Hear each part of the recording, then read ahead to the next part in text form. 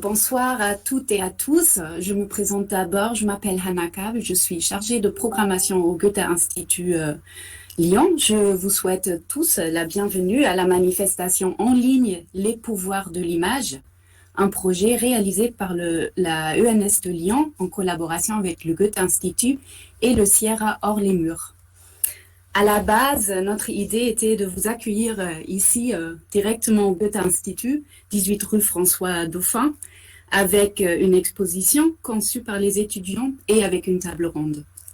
Cela n'est malheureusement pas possible. Je suis toute seule à l'Institut, mais je me permets de vous présenter très rapidement quand même ce lieu dédié à la culture allemande.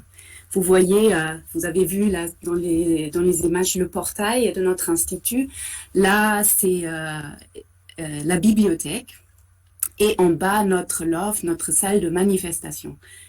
Et donc, pour vous expliquer un peu ce qu'on fait, nous vous proposons des manifestations culturelles présentant la culture allemande à Lyon et dans la région, en partenariat avec de nombreuses institutions culturelles. Nous avons donc une bibliothèque avec un vaste choix de documents, pas seulement en allemand, aussi beaucoup de traductions françaises, et également en ligne, ça peut aussi être intéressant pour vous. Et en ligne, c'est gratuit, il faut juste s'inscrire. Et la bibliothèque vient d'ailleurs de rouvrir. N'hésitez pas à passer chez nous.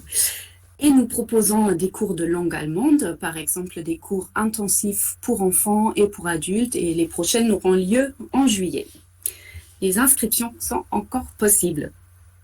Et en ce qui concerne nos expositions, à partir de ce jeudi 11 juin, nous présentons l'exposition documentaire Käthe Kollwitz, une artiste allemande face à la guerre.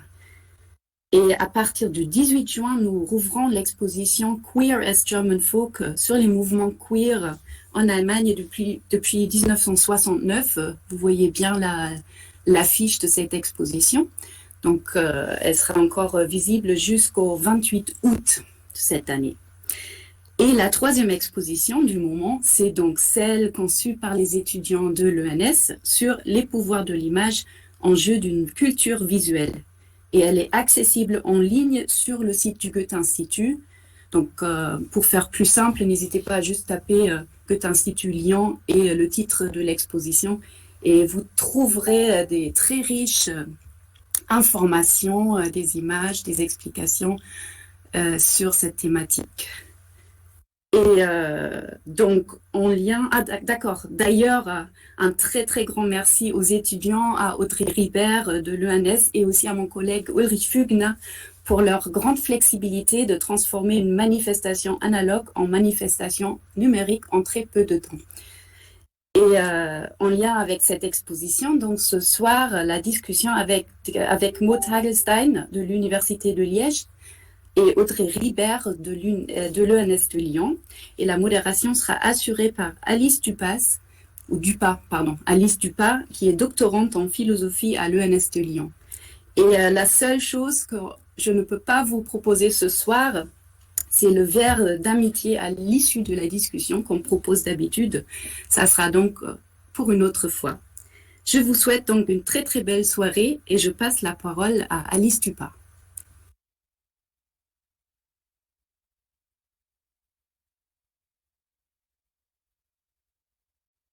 Merci Madame Kabel pour ces présentations. J'espère que tout le monde voit bien et entend bien. Je profite que l'on soit dans les remerciements pour bien sûr une nouvelle fois remercier les partenaires de cette soirée, le Goethe-Institut de Lyon en première ligne, l'ENS de Lyon bien sûr, ainsi que le Sierra hors les murs. Donc comme Madame Kabel vous l'a très bien rappelé, cette soirée qui porte le nom Les pouvoirs de l'image, enjeu d'une culture visuelle, émane d'une initiative étudiante. 5 étudiants de l'ENS de Lyon venus de disciplines variées nous convient, dans le cadre du module culture visuelle de l'ENS de Lyon, à une réflexion consacrée au pouvoir, au pluriel, de l'image. Ces étudiants, qui composent donc le comité organisateur de la soirée, je vous les présente. Il s'agit de Louane Jacob, étudiante en physique, Élodie Lezac, étudiante en sociologie, Sven Keromnes, étudiant en études germaniques, Pierre Merjenovic, étudiant en philosophie, et enfin Étienne Pitoni, étudiant en lettres classiques. Je remercie également les 2 collègues qui sont responsables du module culture visuelle, qui ont rendu bien évidemment ce projet possible. Il s'agit d'Isabelle Bodino et d'Isabelle Colonne de Carvajal. Je vous rappelle, même si cela a été fait, que cette visioconférence est accompagnée d'une exposition virtuelle qui a été faite par les étudiants. Vous y trouverez des diaporamas et des podcasts. Donc l'adresse s'affiche sur vos écrans. Donc je vous invite vraiment à la noter et à vous rendre sur le site pour découvrir leur travail. C'est un très beau travail qu'ils ont proposé, qui plus est sous un format tout à fait original et pédagogique. Avant de présenter nos 2 intervenants de ce soir, je vais vous demander, auditeurs, mais je crois que ça a été largement fait, d'éteindre votre micro. Donc, vous avez la petite icône en bas de l'écran. Il suffit de vous mettre en silencieux. Cela ne signifie pas que vous ne pourrez pas interagir avec nos intervenants. Tout au contraire, vous pourrez poser des questions pendant la discussion sur le chat en ligne. Les étudiants organisateurs vont jouer le rôle de modérateurs. Ils vont se charger de reprendre chaque fois 2 ou 3 de vos questions, les plus pertinentes, les plus originales, celles qui reviennent le plus souvent, et ils les poseront directement à nos intervenantes en votre nom à la fin de chacun des thèmes de la soirée. J'en arrive désormais à présenter bien trop brièvement nos 2 spécialistes des théories allemandes des arts et des images. Nous avons la chance ce soir d'avoir par écran interposé, par ordinateur interposé, Maud Hagelstein, qui est chercheur qualifié au FRS, FNRS et maître de conférence à l'Université de Liège. Elle est spécialisée dans les questions de culture visuelle, aussi bien dans son versant allemand que dans son versant anglo-saxon. On a également la chance d'avoir avec nous Audrey Rieber, qui est maître de conférence en philosophie à l'ENS de Lyon. Elle est membre de l'IRIM, Institut d'histoire des représentations et des idées dans les modernités. Elle est spécialisée en philosophie allemande et en esthétique. La discussion que mèneront nos intervenantes et que je vais modérer va s'articuler autour de 3 grands thèmes ou 3 grandes questions. Premier thème, première grande question, les pouvoirs de l'image. Deuxième thème, le rapport image-langage. Et troisième thème, la question des liens entre l'image, la culture et l'histoire. Je vous rappelle une dernière fois que vous pouvez bien sûr poser des questions sur le chat en ligne pendant la discussion des intervenantes. N'attendez pas la fin, comme ça nos modérateurs auront bien le temps de sélectionner vos questions. On va réserver par thème environ une dizaine de minutes pour la présentation de nos intervenantes et puis on réservera 5 minutes pour les questions de l'audience. Ouvrons dès à présent la discussion avec le premier thème de notre soirée, les pouvoirs de l'image. Une première question s'impose pour la bonne compréhension du thème et je vais la poser à Maud Hagelstein qui nous rejoint en vidéo. Bonjour Maud. Bonjour Audrey. Bonjour. Maud Hagelstein, qu'est-ce qu'une image? Et qu'est-ce que la Bildwissenschaft, la science, qui prend l'image pour objet? Alors, d'abord, merci à tous. J'espère que vous m'entendez, que c'est OK. Définir une image, évidemment, c'est pas facile. On peut, je pense, travailler sur les images sans se poser tout le temps et pour autant la question de ce qu'elles sont. On a plutôt tendance à se poser la question de ce que font les images, au fond. Moi, je repars d'Abi Warburg, qui est sans doute le théoricien de l'image que je connais le mieux, qui ne formulait pas vraiment de définition philosophique, en fait, de définition théorique de l'image. Il dit quelque part que l'image est un organisme énigmatique, que l'image est une entité en tension, autrement dit. Et c'est intéressant, mais c'est pas particulièrement élaboré. Je pense que sa théorie de l'image, il faut un peu la dégager soi-même de ses écrits, la faire venir. Donc, c'est quoi une image? Selon les auteurs, il y a plusieurs définitions possibles. Et beaucoup de ces définitions tournent autour d'un certain rapport entre présence et absence. L'image serait la présence d'une absence. Ça, c'est la définition la plus commune. Moi, il y a une définition qui m'a particulièrement séduite ces derniers temps et que du coup, j'utilise beaucoup parce qu'elle me semble elle me semble efficace, elle me semble implacable pour une part. Elle me semble simple, mais pas réductrice pour autant. Et depuis que je l'ai lu, je l'ai plus oublié. C'est une définition qui est développée par Emanuele Coccia, qui est un théoricien de l'image italien actuel de ma génération, plus ou moins, dans l'ouvrage que vous avez sous les yeux, La vie sensible. Kocher, c'est un métaphysicien, c'est un spécialiste de théologie médiévale. Or, il se fait qu'au Moyen-Âge, et ça c'est intéressant, les philosophes ont inventé l'idée de médium. Et c'est une idée qui est très importante, je pense, pour la Bildwissenschaft, pour la science de l'image allemande, précisément. Donc, dans ce livre-là, Kocher rappelle, là vraiment je résume à la grosse louche, que les images sont toujours indirectes, que les images ne sont pas le réel, ne sont pas directement le réel. Les images, dit-il, sont plutôt en quelque sorte la projection d'une portion de réel à l'extérieur d'elle-même. Donc la projection d'une portion de réel à l'extérieur de cette portion de réel dans un lieu qui peut l'accueillir, une surface, un support, ça peut être une toile, un morceau de papier, un écran, on peut imaginer toutes sortes de médias. Donc l'image, c'est une projection de réel à l'extérieur d'elle-même et la plupart du temps en son absence. C'est-à-dire on regarde des images souvent de ce qui n'est pas là. Quelqu'un qu'on aime, qu'on n'a plus vu depuis longtemps, un endroit qu'on apprécie, des moments de son enfance qui sont passés, etc. L'image permet en fait de regarder les choses en leur absence, de profiter des choses en leur absence. Alors c'est le cas presque tout le temps, sauf dans une situation qui est une situation très particulière, que je dirais exceptionnelle, peut-être que j'y reviendrai plus tard, c'est le moment où on se regarde dans le miroir. Précisément, quand on se regarde dans le miroir, on observe une projection de soi-même, mais en sa présence, c'est-à-dire que c'est un moment qui réclame à la fois que la portion de réel nous-mêmes soit là et en même temps que l'image lui fasse face d'une certaine manière. Donc en résumé, je dirais que les images sont des phénomènes sensibles, on les capte avec les sens, on les capte avec le regard, les images sont des phénomènes pour les yeux d'abord, qui ne sont pas les choses elles-mêmes. Une image de pipe, une peinture de pipe, ce n'est pas une pipe, pour reprendre le bon mot que vous connaissez, qui ne sont pas donc les choses elles-mêmes, qui sont en quelque sorte au-delà des choses, un peu plus loin, à l'extérieur des choses. Quand elles deviennent des images, les choses du réel sont accueillies dans un lieu particulier, un lieu qu'on pourrait dire intermédiaire, qui se trouve en dehors d'elle et qu'on appelle le médium. Alors la Bildwissenschaft, à partir de là, puis je laisserai la parole à Audrey, j'en reparlerai plus tard, c'est une théorie qui se développe à partir des années, j'allais dire 90, mais 90, je vais faire l'effort de ne pas trop utiliser mon idiome local, 90, donc en Allemagne, et qu'on appelle la science des images, et je pense qu'il y a un intérêt particulier précisément pour les médias. Voilà, je ne sais pas si tu veux ajouter quelque chose, Audrey. Oui, bonsoir à toutes et à tous. Alors la Bildwissenschaft, c'est effectivement un courant allemand qui s'intéresse à l'image, mais comme la diapositive que vous avez sous les yeux vous l'indique, ça ne veut pas dire que seuls les Allemands se sont posé la question de l'image. Il y a une très grande fécondité théorique également en France. Vous voyez des noms comme Danisch, Lydie Berman, Daniel Arras, etc.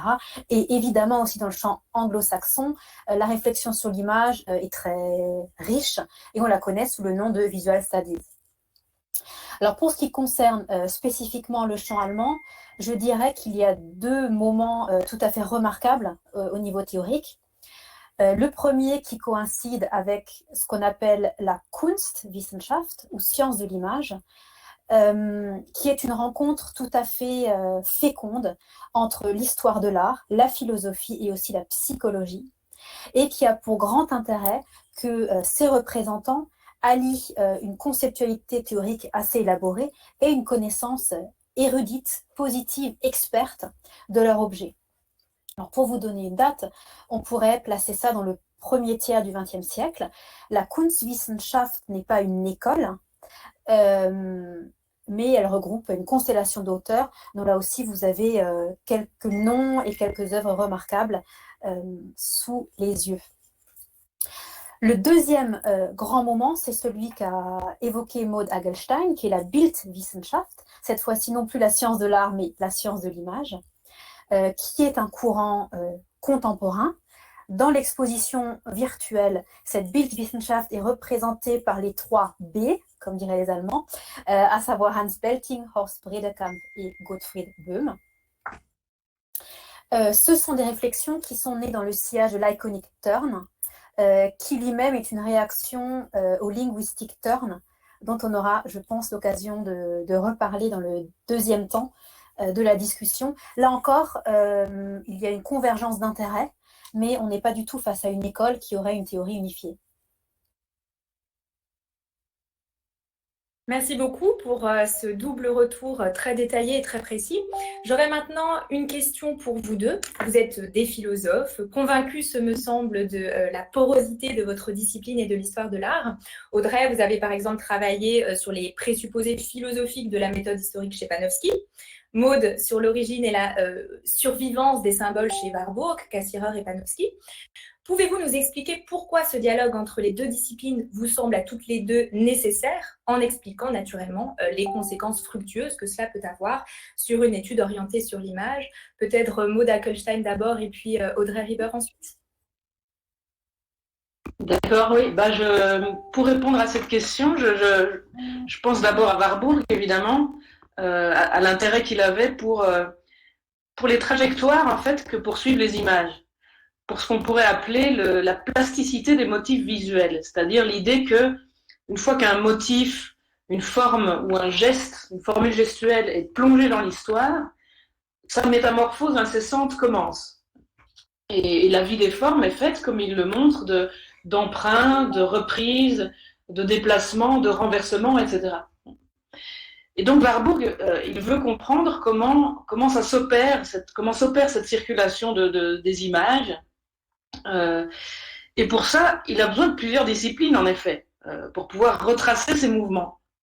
Il doit observer différentes voies de circulation des images. Il appelle ça parfois les autoroutes de la culture.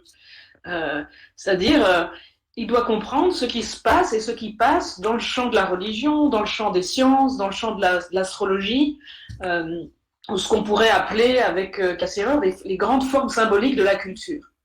Il doit observer tout ça en même temps. Et très vite, il remarque que l'image, elle se charge, et elle se charge chaque fois autrement, en fonction des contextes historiques qu'elle traverse.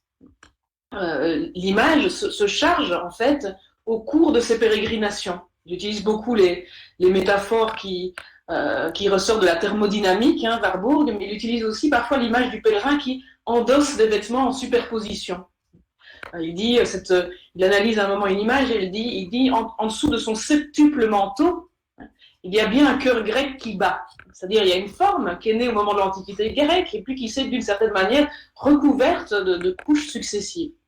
Donc l'histoire est très importante, c'est-à-dire les événements, les conjonctures pèsent en fait, font pression sur la fabrication d'une image.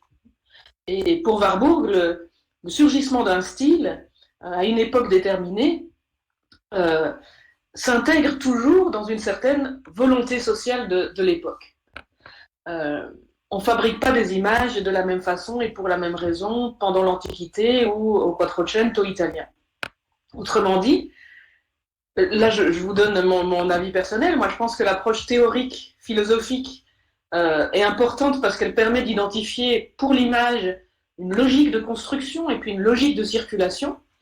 Mais il faut aussi être capable de décrire, peut-être avant tout, des ancrages conjoncturels. Et la description de ces ancrages, la description de ces accroches qui déterminent les images, nécessite une enquête de l'histoire. Warburg, il ne fait jamais de la pure théorie, il est surtout un historien. Et il a été un des premiers à réclamer qu'on lève les frontières policières qui séparent les différentes disciplines. Et en ce sens, je pense que des gens comme Belting ou Bredekamp, dans le champ de l'anthropologie des religions, dans le champ de la science, lui sont assez redevables. Précisément, ont profité du fait que les frontières ont pu être levées entre les disciplines. Alors ce que je dis, ça reste très abstrait, mais si on plonge dans les enquêtes et les analyses de Warburg, dans sa manière à lui de faire de l'iconologie, en fait, on se rend compte à quel point c'est fort, à quel point cette méthode-là elle permet d'identifier les pouvoirs de l'image, c'est-à-dire d'identifier la puissance politique que peuvent avoir les images, identifier le lien des images à des systèmes de croyances, à des systèmes de prédiction, identifier le pouvoir de transformation aussi des images sur nos propres valeurs. Alors, je ne parle pas trop longtemps, mais je pense à un exemple qui est très intéressant chez Warburg, c'est l'analyse qu'il fait dans un texte de 1929 du déjeuner sur l'herbe de Manet. C'est un des derniers textes de Warburg. Il montre que Manet a eu recours à des œuvres du passé pour sa composition. Et ça lui semble être non pas le signe d'une nostalgie qu'il aurait, d'une nostalgie un peu conservatrice qu'il aurait d'œuvres du passé, que l'occasion, en fait, d'un changement radical et d'un changement assez génial. Et Warburg, ce qu'il fait à partir de là, je vous laisserai découvrir l'article si ça vous intéresse, mais il va reconstituer en fait toute une chaîne de transformation qui passe par Giorgio, puisque Manet reprend en fait pour sa scène champêtre une mise en scène du peintre vénitien, mais qui passe aussi par Raphaël, puis par plusieurs graveurs de renommée plus modeste, dont j'ai oublié le nom, et jusqu'à un sarcophage antique qui représente un épisode de mythologie païenne. Il va montrer à chaque fois, je pense que c'est ce que son enquête historique lui permet de faire, il va montrer à chaque fois les micro-transformations, les travestissements qui sont induits par les artistes et essayer d'expliquer en fait ces micro-transformations, de leur donner un sens qui est aussi un sens politique. Au fond, il va montrer dans ce texte-là que la peinture de Manet, elle tire sa force des écarts avec les différents modèles qui l'ont inspiré. C'est-à-dire que les postures bougent un peu, changent un peu, même très minimalement. Hein. Une nymphe regarde ici vers un spectateur imaginaire ou vers nous, plutôt que de regarder vers le ciel, par exemple, et ça bouleverse l'économie de l'ensemble. Warburg explique à partir de là, enfin, propose une hypothèse de lecture à partir de là, où il dit, voyez, finalement, ce petit changement de regard, le fait qu'elle ne regarde plus vers le ciel, mais vers le spectateur, ça montre qu'on est passé, avec Manet, d'une représentation de l'humain, enfin Manet et son époque, bien sûr, hein, mais d'une représentation de l'humain superstitieux, effrayé par la nature, à une représentation de l'humain sûr de lui-même. Autrement dit, les micro-transformations formelles, pour Warburg, portent des transformations culturelles importantes, et il faut être historien des religions, des croyances, économiste, au courant de la science, etc., pour repérer en fait la force de ces micro-transformations et les transformations qu'elles impliquent et qu'elles portent. Voilà. Merci beaucoup. Audrey, est-ce que vous voudriez ajouter 2-3 mots assez rapidement, parce qu'on est quand même un peu serré par le temps. Merci beaucoup pour cette question sur les rapports entre philosophie et histoire de l'art que vous avez présenté en termes de porosité. Alors, je dirais que non, il n'y a pas de porosité entre les deux disciplines qui ont déjà une histoire disciplinaire extrêmement différente. Hein. L'histoire de l'art comme domaine universitaire apparaît seulement dans la deuxième moitié du 19e siècle, par exemple. Et elles ont aussi des méthodes et des objets très différents. En revanche, je plaiderais pour effectivement un dialogue entre ces deux disciplines, et cela pour 2 raisons. La première, c'est parce qu'il me semble important en tant que philosophe de tenir compte du non philosophique, c'est-à-dire de savoir, mais aussi de méthodes qui sont issus de champs qui ne sont précisément pas philosophiques, qui peuvent être l'histoire de l'art, mais qui peuvent aussi être les mathématiques, la physique, la médecine, etc. C'est bien sûr un choix philosophique que je fais, qui est celui d'une confrontation permanente avec des disciplines externes à la philosophie. Par exemple, alors évidemment, on peut dire des choses très générales en philosophie sur le beau, le goût, l'idéal, l'harmonie. Mais il me semble qu'on peut poser des questions beaucoup plus fines à partir du moment où on a une connaissance technique de l'objet dont on parle. Et un exemple de choix me semble être la perspective, qui est vraiment un thème extrêmement récurrent aussi bien dans les théories des arts qu'en philosophie. Et il me semble qu'à partir du moment où on sait à peu près comment ça fonctionne, où on lit Alberti, où on essaye éventuellement avec un crayon à la main, de dessiner un carrelage, on arrive à poser des questions plus précises, par exemple sur l'espace, sur le rapport entre le sujet et l'objet, ou sur les rapports entre art, technique et science. Donc voilà, ça ce serait la première raison pour laquelle je plaiderais pour un dialogue entre la philosophie et l'histoire de l'art. La deuxième raison, c'est de nouveau un choix philosophique qui m'est propre et qui n'a absolument pas pour vocation à être généralisé.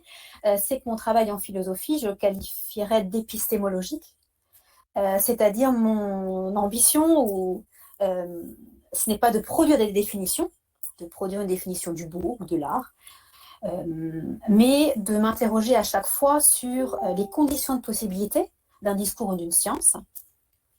Et par exemple, dans le travail que vous avez évoqué sur Panofsky, donc sur l'iconologie, la question qui m'a guidée, c'est de savoir à quelles conditions peut-on interpréter une œuvre d'art. Qu'est-ce que ça implique quant au rapport texte et image, quant à la conception de l'histoire, quant à la conception de l'œuvre d'art, etc. Donc autant de questions qu'on ne peut pas développer sans ce dialogue permanent avec un autre de la philosophie. Merci beaucoup, c'était très précis. Merci à toutes les deux. On comprend mieux le pouvoir étendu de l'image, qui en définitive est un pouvoir multiple de l'image. Vous avez dit scientifique, politique par exemple. Ce sont des pouvoirs de l'image. Je vous propose qu'on s'arrête ici pour le premier thème de la soirée et que l'on demande à nos étudiants modérateurs de sélectionner des questions que nos auditeurs auraient posées au fil de la discussion sur le chat et qu'ils vont poser directement à nos intervenantes. S'il n'y a pas beaucoup de questions, j'aurai moi-même une dernière question à vous poser. Bien, bonsoir à toutes et à tous. Donc, merci pour votre attention, en tout cas pendant cette première partie. Et ben, j'ai pour l'instant une seule question sur le chat, mais n'hésitez pas si pendant qu'on parle, cela réveille d'autres interrogations chez vous. Alors, je pense que voilà, je vais poser cette question assez directement telle qu'elle a été formulée, parce qu'elle revient sur un point central, je pense, dans la question de l'image, qui est celle du médium, qu'on a commencé à définir finalement, notamment en parlant d'image comme présence d'un absent ou d'une absence, et cette concrétisation dans le médium. Donc, c'est une question qui est assez technique qu'on nous pose sur deux théoriciens de l'image.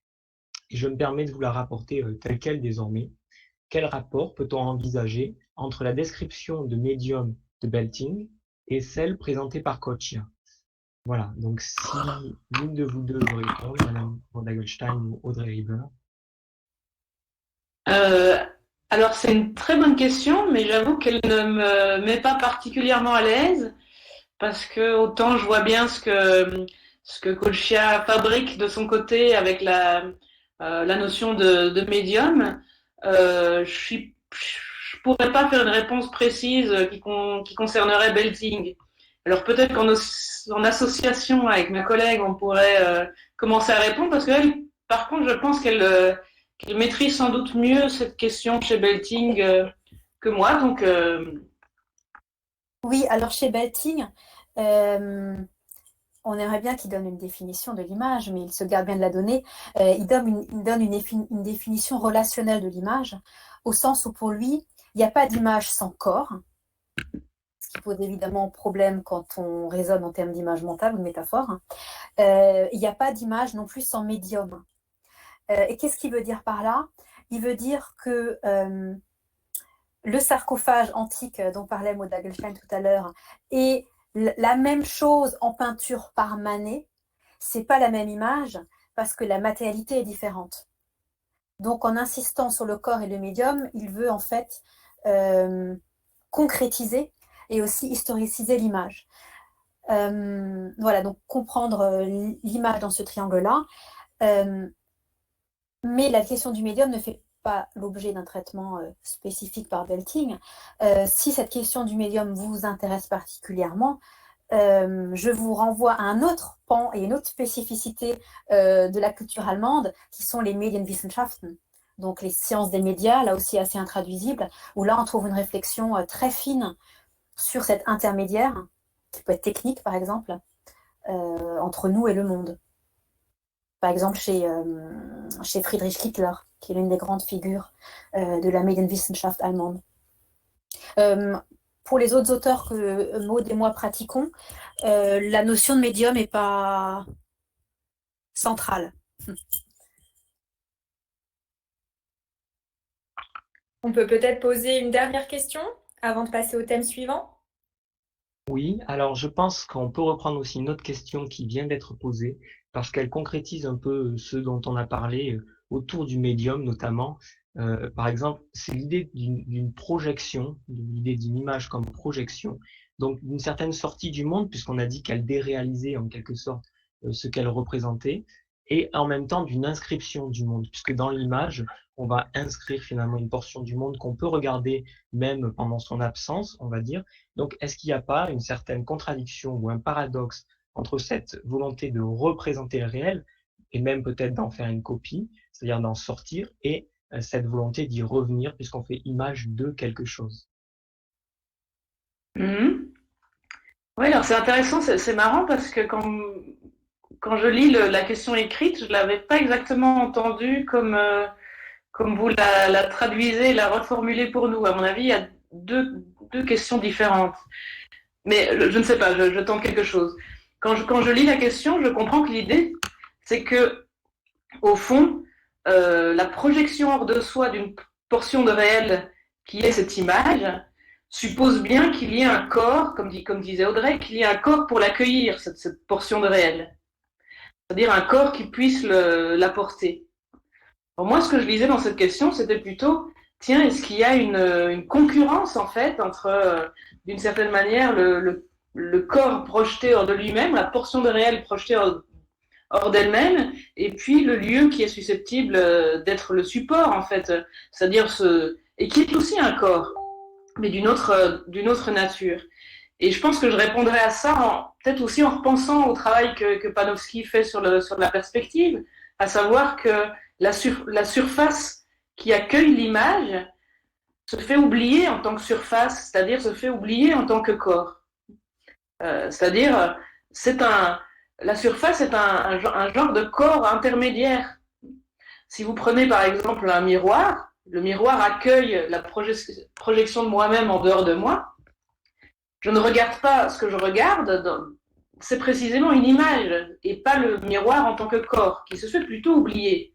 Je veux dire, si je commence à regarder à quoi ressemble le miroir, quel est son contour, quelle est sa forme, etc., tout à coup, je ne regarde plus l'image, je regarde un corps. Alors, je ne sais pas si vous voyez ce que je veux dire, j'ai l'impression que vous avez compris cette question un peu différemment, de manière beaucoup plus métaphysique, en fait, peut-être moins plate que ce que je dis, c'est-à-dire à savoir est-ce qu'il n'y aurait pas une concurrence entre différents corps à partir du moment où le support devient en fait le médium d'une nouvelle image.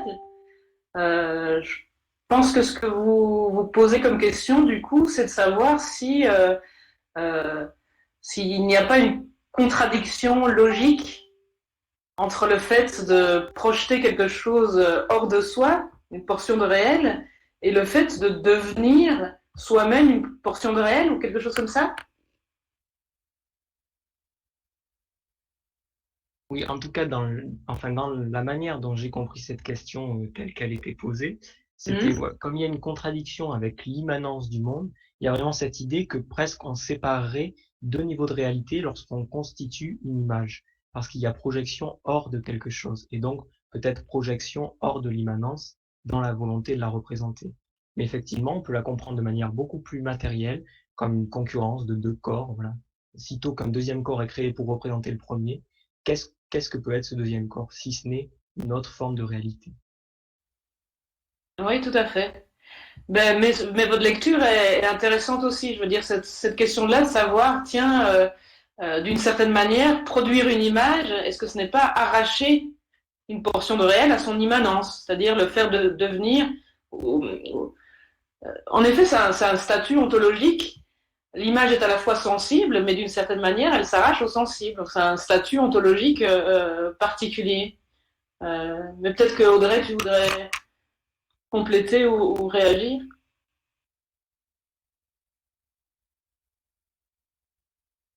Alors, je pense qu'il faudrait qu'on avance un petit peu pour qu'on soit dans les temps. Donc, je vous propose qu'on passe directement à la deuxième partie. Merci beaucoup, en tout cas, pour la précision et la pertinence de vos réponses.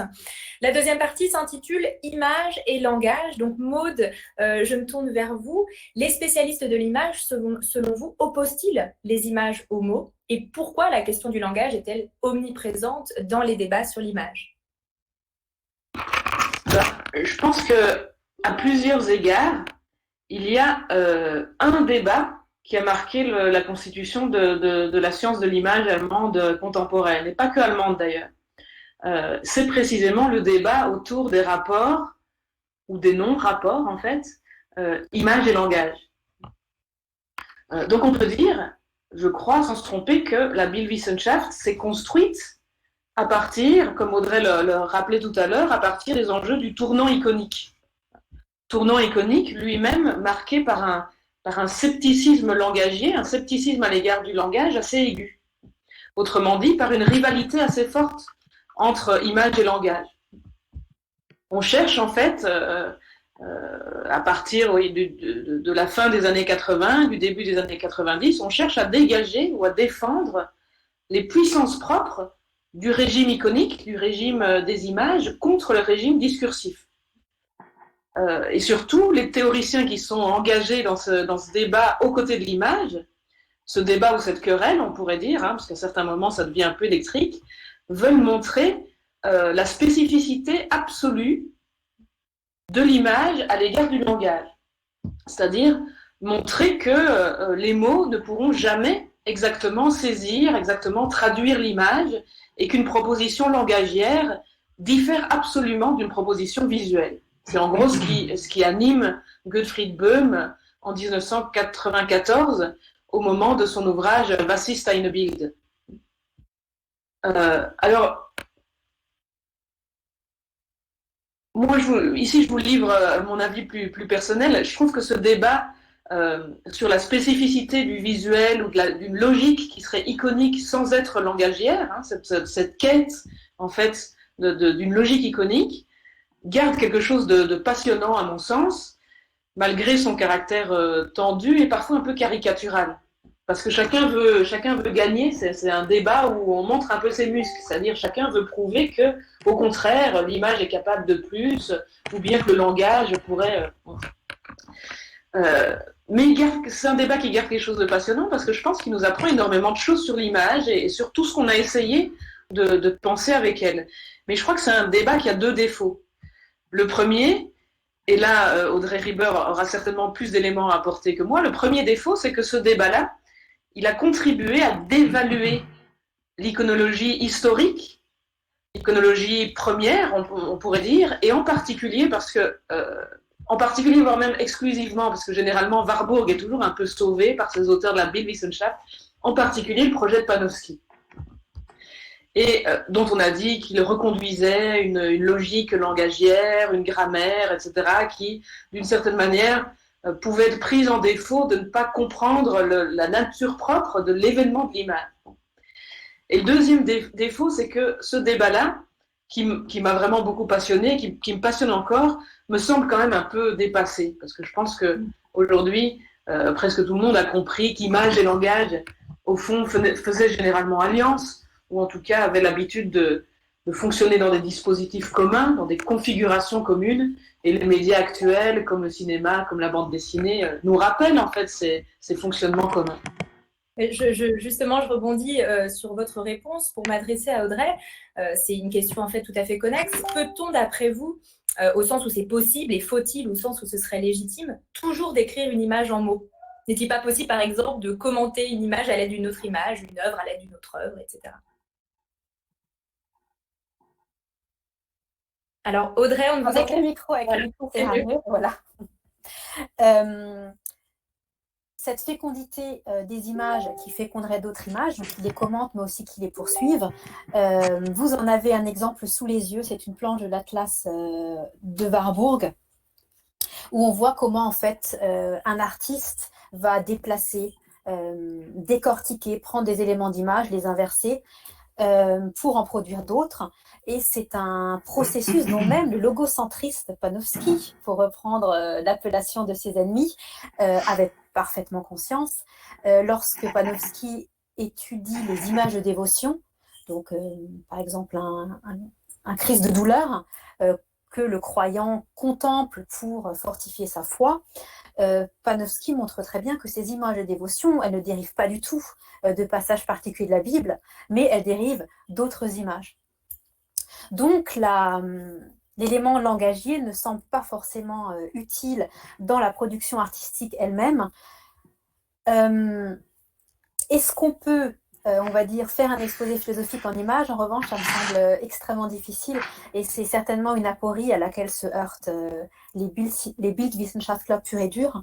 Et je serais tout à fait d'accord avec Maud pour distinguer deux niveaux de la discussion sur les rapports entre image et langage. Le premier qui est un niveau théorique et qui est vraiment absolument passionnant, c'est de poser la question de savoir si des images font sens de la même façon qu'un texte. Quand on parle d'une syntaxe de l'image pour décrire la façon dont les formes, les lignes, les couleurs, l'espace s'agencent, vraisemblablement la syntaxe a un autre sens que lorsqu'on parle des éléments d'une proposition linguistique. Donc ça, c'est vraiment une occasion de penser qui ne finit pas de nous interroger. Et puis, il y a le plan polémique, qui peut-être est un peu derrière nous, et je crois que c'est aussi une question de génération. Les 3B qu'on a évoqués, et surtout Böhm, ont été très critiques envers l'iconologie panofskienne, aussi parce que c'est une question de génération. Eux, quand ils étaient étudiants, ils ont ils ont biberonné du Panofsky, et il fallait effectivement qu'ils tuent le père pour fonder leur propre discipline. Des gens comme Maud Algenstein, aussi Muriel Van Vliet et moi-même, on n'a plus ce besoin en fait de rupture générationnelle, ce qui nous permet peut-être aussi de puiser aussi bien dans les théories françaises qu'anglo-saxonnes qu'allemandes. Merci beaucoup pour vos réponses extrêmement détaillées. Je vais me tourner vers les étudiants organisateurs pour savoir s'il y a des questions du côté des auditeurs. Sinon, j'en aurais bien une dernière à vous soumettre. Alors, il ne semblerait pas qu'il y ait des questions dans le chat. Si vous voulez toujours en poser, c'est le moment. Sinon, je vous laisse la parole, allez-y pas. Eh bien, alors j'aurais une question orientée peut-être plus vers Maud Algenstein. J'aimerais savoir si pour Gottfried Böhm, dont on vient de parler, donc historien de l'art allemand, il y a une intelligibilité qui serait propre aux images. Il me semble bien que ce soit le cas. Pouvez-vous nous en dire plus et nous parler, par exemple, de ce qui s'apparente dans son approche à une logique iconique? Je vous demanderai de rallumer votre micro également. Oui, on a tendance à oublier, c'est l'outil qui veut ça. Pardon, merci pour la question. Oui, en effet, Gottfried Böhm, qu'est-ce qu'il fait donc qu'est-ce qu'il initie dans ce paysage nouveau de la Bildwissenschaft? C'est qu'il essaye d'identifier une logique qui serait propre aux images, qui ne serait pas une logique langagière. On peut dire même qu'il fait d'une certaine manière de l'iconologie au sens littéral, c'est-à-dire il essaie de comprendre la logique des images. C'est assez compliqué cette histoire de logique non langagière. Qu'est-ce que ce serait une grammaire qui serait une grammaire non verbale? Böhm, il lit énormément de philosophes, du côté de la phénoménologie notamment, y compris de la phénoménologie française. Il connaît très bien Merleau-Ponty, mais il lit aussi en particulier Wittgenstein, qui est une référence assez constante d'ailleurs de la Bildwissenschaft. Et Wittgenstein l'aide à construire un concept qui est le concept de différence iconique, pour essayer de comprendre le fonctionnement des images. Et ce concept de différence iconique, je dirais, pour faire simple, qu'il sert à décrire quelque chose comme le rythme de l'image, en quelque sorte comme sa respiration. Et cette description-là, elle se fait à un niveau très sensible, d'abord à un niveau sensible, celui des lignes, des plans, des couleurs, de leur combinaison, etc.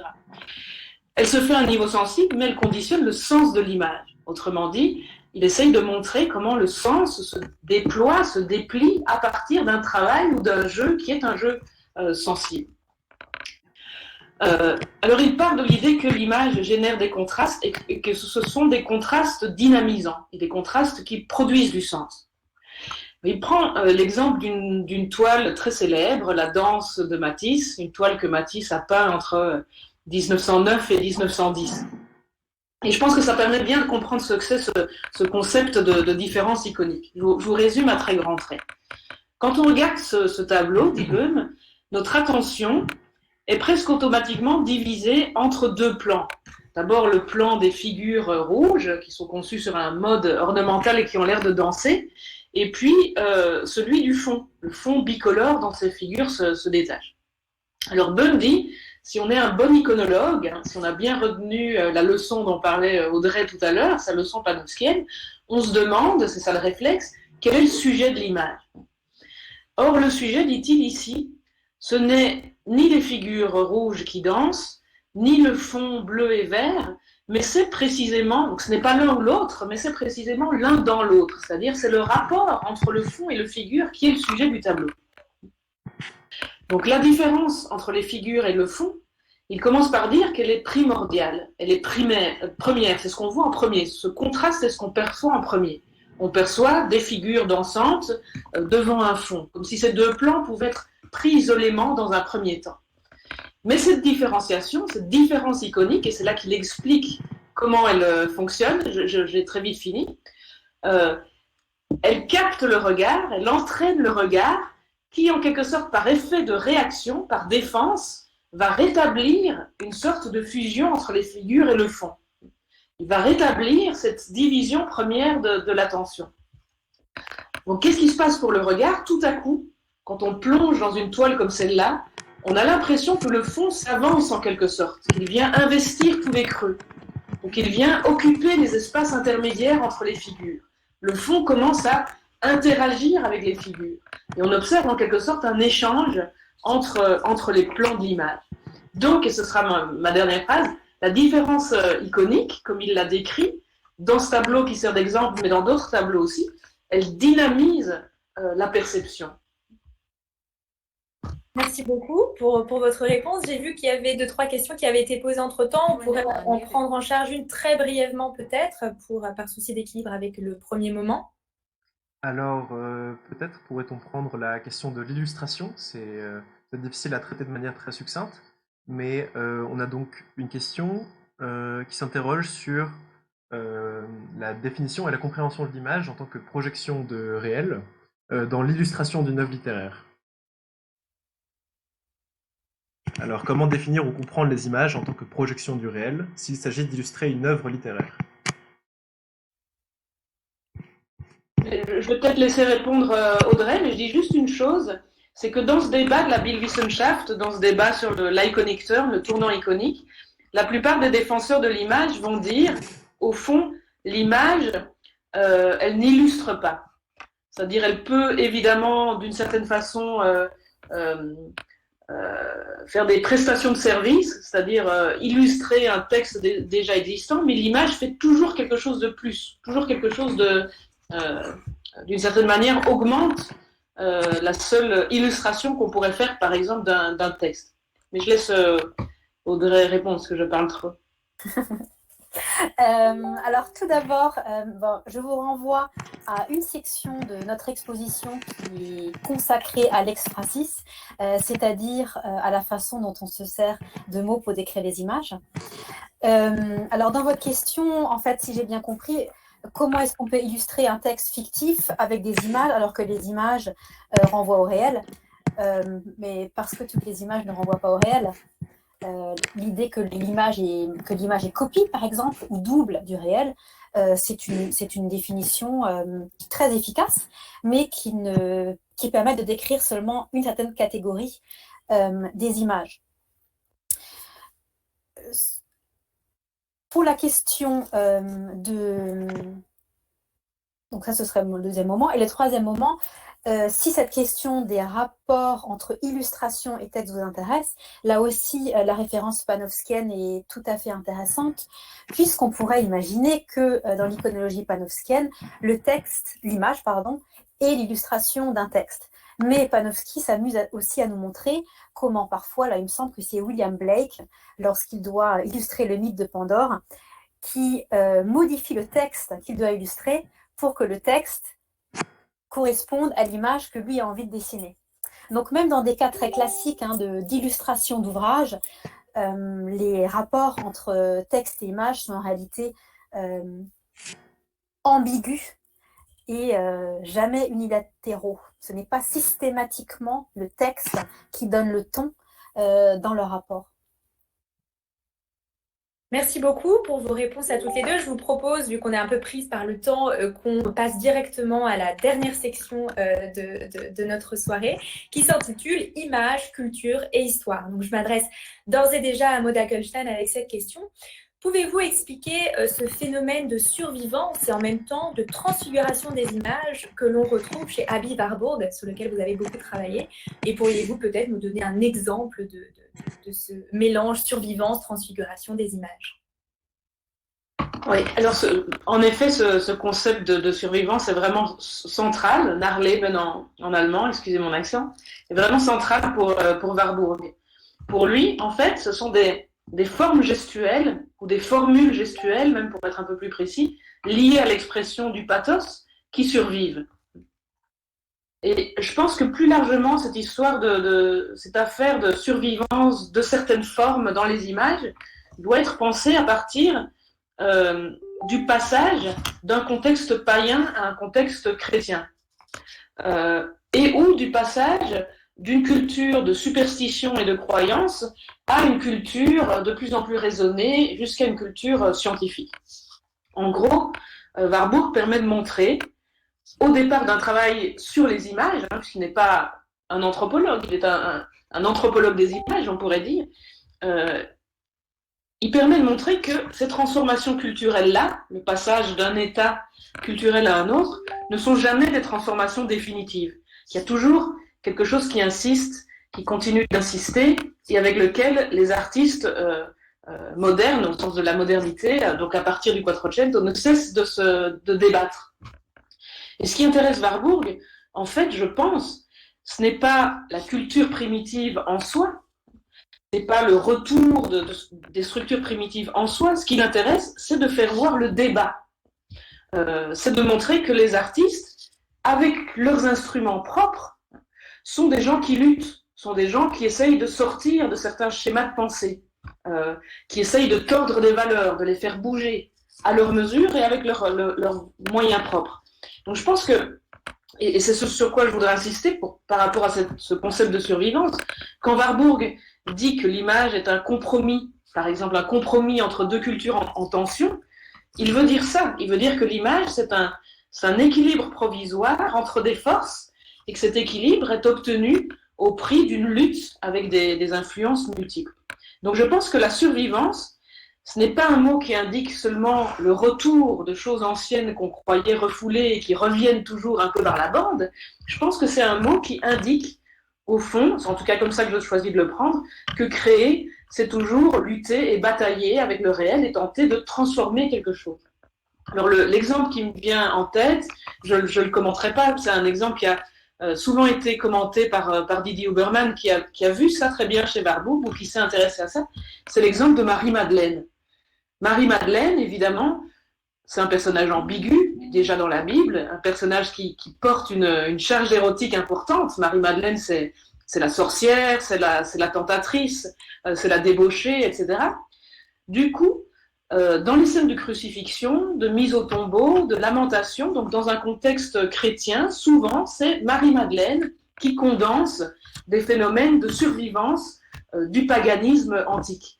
Et par exemple, dans ce groupe statuaire de Niccolò dell'Arca qui se trouve à Bologne, les drapés de la Marie-Madeleine, qui sont en quelque sorte projetés comme ça derrière elle, cette Marie-Madeleine qui a l'air presque de danser autant qu'elle crie, sont directement inspirés de statues, de ménades grecques, comme celle par exemple qu'on peut voir au British Museum, je ne sais pas si vous les avez déjà vues.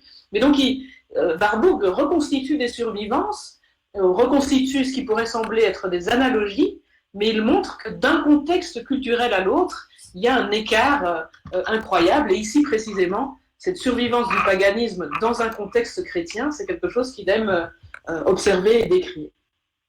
Merci beaucoup.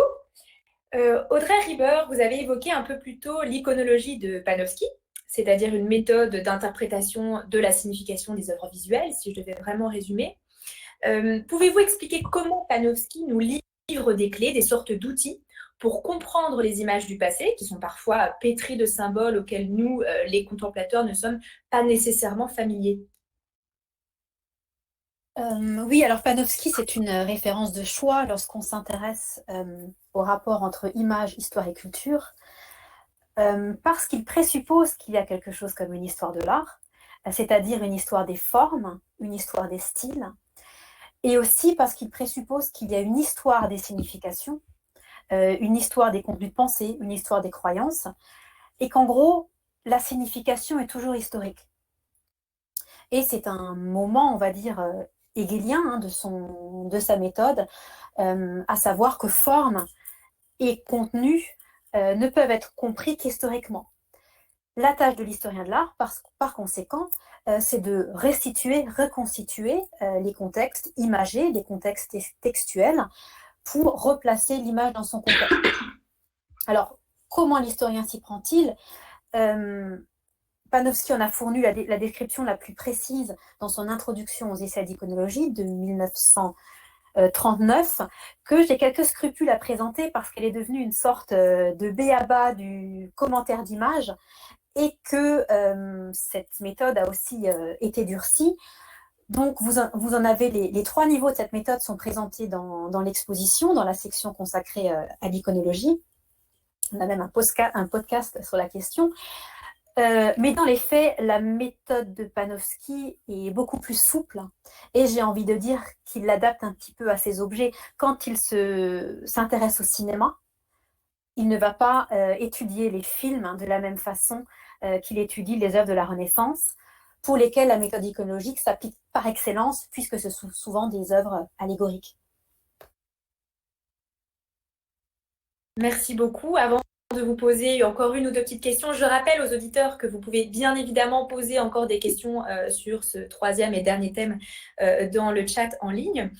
Audrey Rieber, pourriez-vous nous proposer peut-être une analyse iconologique d'une œuvre célèbre qui serait issue de la culture allemande? Là, comme ça, je pense à Mélancolia de Dürer, mais en fait à toute autre œuvre de votre choix. Alors, je vais me contenter de renvoyer à l'exposition et au podcast de Louane Jacob, qui s'est effectivement intéressé à la Mélancolia 1 de Dürer. Voilà, qui en fait, alors pourquoi est-ce que on le voit mal, mais en fait c'est une figure ailée qui représente la mélancolie, on le voit à sa tête penchée sur son poing, sur la face assombrie, mais c'est en même temps une géométrie, et on va dire le tour de force quasiment métaphysique hein, de Dürer dans cette gravure, c'est d'associer 2 motifs qui étaient tout à fait incompatibles, un motif intellectuel qui était la géométrie, et un motif en réalité malfamé, hein, qui était la mélancolie. Et la grande modernité et la grande originalité de Dürer, c'est de montrer que l'intellectuel peut être mélancolique, précisément parce qu'il est happé par des problèmes insolubles. Alors, Panofsky, qui est un grand spécialiste de Dürer, met aussi ça en relation avec la propre personnalité artistique de Dürer, qui était un croyant convaincu et qui en même temps était absolument fasciné par l'Italie de la Renaissance et qui essayait dans son art et dans son être hein, de rendre compatibles 2 tensions qui ne le sont pas, à savoir une croyance en Dieu et puis une croyance dans les pouvoirs humanistes. Et cette tension-là se donnerait à voir hein, par excellence dans Mélancolia 1.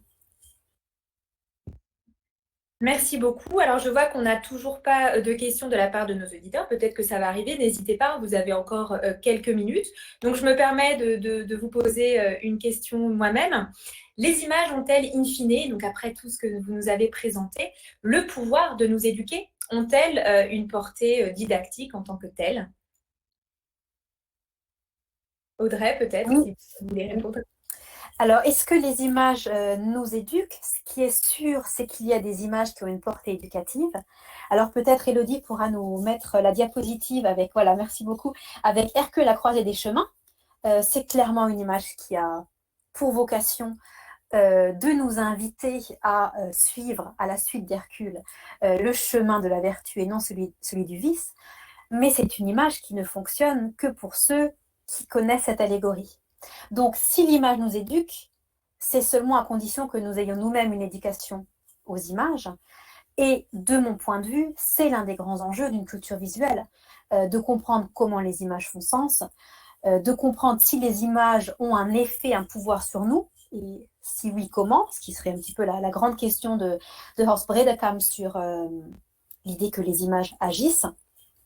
Comprendre aussi que certaines images sont seulement nos images et qu'elles ne sont pas universelles et pas non plus universalisables, ce que montre très bien Hans Belting quand il oppose la fenêtre et le tableau renaissant propre à la culture occidentale d'un côté et de l'autre côté des dispositifs optiques comme les moucharabiés ou les mukarnas qui sont propres à la culture islamique. Donc ces questions-là du sens de l'image, du pouvoir de l'image, d'une éventuelle spécificité culturelle des images, c'est à la fois un continent intellectuel que j'ai plaisir à parcourir, mais c'est aussi, à mon avis, quelque chose qui présente un très grand enjeu pédagogique et politique, parce que si les images ont du pouvoir, il ne faudrait pas simplement les laisser agir sur nous. Merci beaucoup pour cette belle réponse. Alors, je vois qu'on a des questions du côté de nos auditeurs, donc je vais laisser nos étudiants modérateurs vous les poser directement. Oui, alors merci à vous, voilà, de votre réaction aussi sur le chat. Je me permets de revenir à la question, à la première question qui nous a été posée. C'est sur aussi le type des images qu'on étudie historiquement et culturellement. Tout à l'heure, on avait une question sur le diagramme. Là, on a une question sur les motifs ornementaux, sur les couleurs qui ne sont pas toujours perçues en tant qu'image. Donc, je vais juste vous lire la question peut-être en intégralité pour que vous ayez le temps d'y réfléchir. Que gagnons-nous avec l'étude par les images du passage d'un état culturel à un autre lorsqu'il s'agit de penser aux formes visuelles? Le cas de Marie-Madeleine répond à une symbolique évidente, mais il y a d'autres formes, d'autres éléments visuels qui peuvent venir et revenir dans l'histoire du regard qu'on aurait des difficultés à penser en tant qu'image. Je pense notamment aux motifs ornementaux, aux couleurs, qu'on pourrait envisager par une étude du voir dans une démarche sensorielle.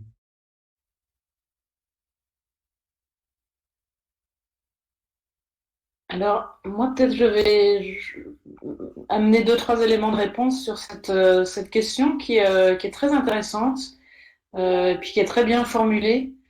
Je me dis en fait que, alors bien sûr, la démarche de quelqu'un comme Warburg, c'est une approche qui est une approche culturelle. Et une approche culturelle que souvent on a pensé, si on revient à la science de l'art dont parlait Audrey tout à l'heure, qu'on a pensé être concurrente par rapport au formalisme de gens comme Wölfflin, Riegel, etc., qui eux se sont plus intéressés, je pense à ça pour Riegel, notamment aux motifs ornementaux. Je pense qu'il faut pas séparer de manière trop radicale la question du sens, des valeurs culturelles et symboliques et la question des formes. Je crois que chez quelqu'un comme Warburg, précisément, ces deux choses sont connectées. Alors, ce que je trouve intéressant dans l'image, et ce qu'elle peut amener, en fait, à la compréhension du passage culturel, enfin, du passage d'un état culturel à un autre, ce qui est spécifique, au fond, aux images, je crois, et ça pourrait faire partie de la définition qu'on aurait pu donner dans la première partie de cette discussion, c'est que les images, souvent, presque tout le temps, et en tout cas les images artistiques, sont surdéterminées. Surdéterminées au sens où elles peuvent porter plusieurs significations, et même des significations contradictoires. Et ça, c'est quelque chose que le langage, je pense qu'il faut reconnaître cet élément-là du débat. Évidemment, le langage littéraire a toutes sortes de puissances qu'il faudrait pas négliger, mais le langage, c'est ce que dit Böhm, en fait, d'une certaine manière, est un peu pris dans une logique prédicative qui, d'une certaine manière, impose de dire oui ou non, de choisir. Tandis que l'image a cette espèce d'indétermination ou de surdétermination qui fait qu'elle peut porter différentes significations en même temps. Du coup, dans le cas de la Marie-Madeleine, par exemple, ce qui est intéressant, c'est pas la Marie-Madeleine toute seule, c'est la Marie de Madeleine prise dans l'œuvre de Niccolò dell'Arca, c'est-à-dire prise comme élément d'un groupe statuaire dans lequel elle dénote, c'est-à-dire dans lequel elle porte tout à coup un sens que les autres éléments du groupe statuaire ne portent pas, voire même un sens qui est en contradiction. Et ça, je pense que c'est une manière de montrer que les images peuvent faire quelque chose d'assez subtil, en fait, précisément dans la description de transformations, même culturelles. Merci beaucoup. Maud Hagelstein, Audrey Rieber, aimeriez-vous ajouter quelques petits mots avant qu'on passe à la conclusion? Oui, alors connaissant la doctorante qui pose la question, Carla Mariana da Costa, je pense qu'elle a en tête la question des ornements, effectivement. Alors c'est vrai qu'y compris dans notre discussion, on a beaucoup parlé d'images d'art, mais la question de la Bildwissenschaft et même déjà de la Kunstwissenschaft, elle s'intéresse à toutes les images et aussi aux ornements.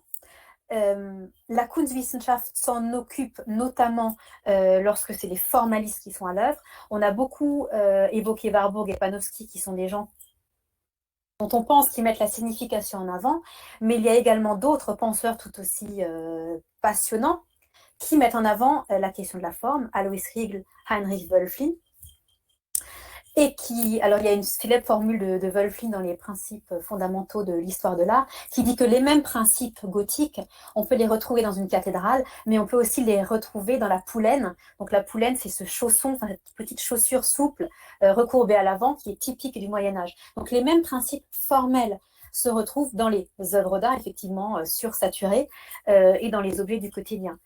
Du côté de la Bildwissenschaft, cette fois-ci, la question de l'ornement, elle est par exemple reprise par Belting lorsqu'il s'intéresse aux cultures islamiques et aux géométries, aux ornements. On n'est pas du tout dans un régime figuratif, on n'est pas forcément dans un régime artistique.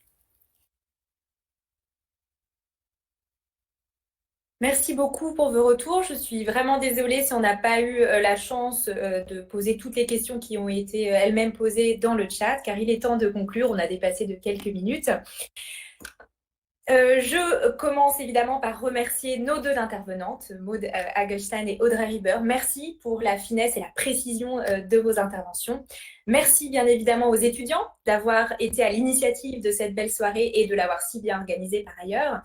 Merci au Goethe-Institut de Lyon et aux partenaires de la soirée, l'ENS de Lyon et le Sierra hors-les-murs. Je tiens à vous préciser à tous que cette soirée a été enregistrée et qu'elle sera réécoutable et visible sur le site du Goethe-Institut dans quelques jours.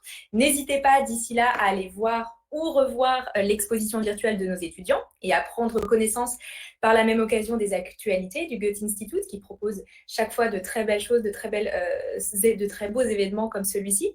Merci enfin à vous, auditeurs, d'avoir pris de votre temps pour être avec nous en ligne ce soir. C'était vraiment un beau moment. En circonstances normales, Madame Kabel l'a rappelé tout à l'heure, le Goethe-Institut clôture ces événements en partageant un petit verre avec le public. C'est dommage que nous ne puissions pas le faire ce soir, mais en tout cas, on vous souhaite à tous une très bonne soirée. On vous remercie une dernière fois pour votre écoute, pour votre intérêt et pour la qualité de vos questions.